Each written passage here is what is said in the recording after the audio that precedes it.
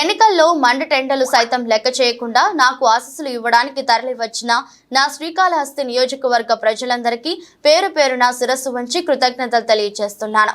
మన వైఎస్ఆర్ కాంగ్రెస్ పార్టీ గెలుపు కోసం చెమటోడ్చి శ్రమించిన నా కార్యకర్తలందరికీ హృదయపూర్వక కృతజ్ఞతలు. మీ సేవకుడు బియ్యపు మధుసూదన్ రెడ్డి.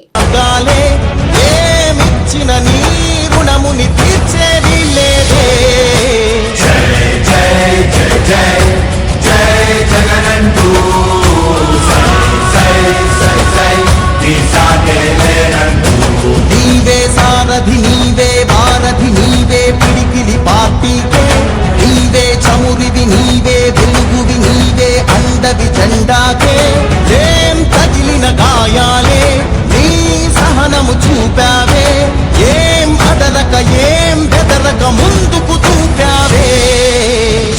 కాబట్టి జగన్మోహన్ రెడ్డి గారు భారీ మెజారిటీతో ఈ రాష్ట్రానికి సీఎం అవుతున్నాడు.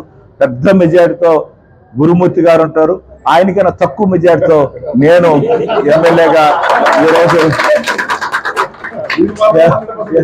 ఎమ్మెల్యేగా నేను కూడా గెలుస్తాను. కాబట్టి నాకు కూడా ఆయనకైనా 10,000 తగ్గచ్చు. నాకు ఒక 40,000 వస్తే ఆయనకు ఒక 55,000 వస్తుంది కాళహస్తి నుంచి.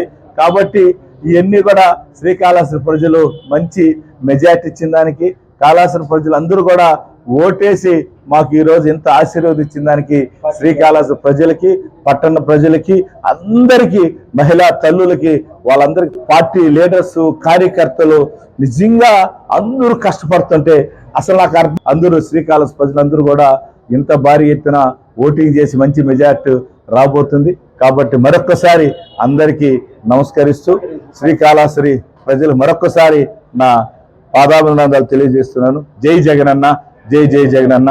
నమస్తే, నమస్తే, నమస్తే.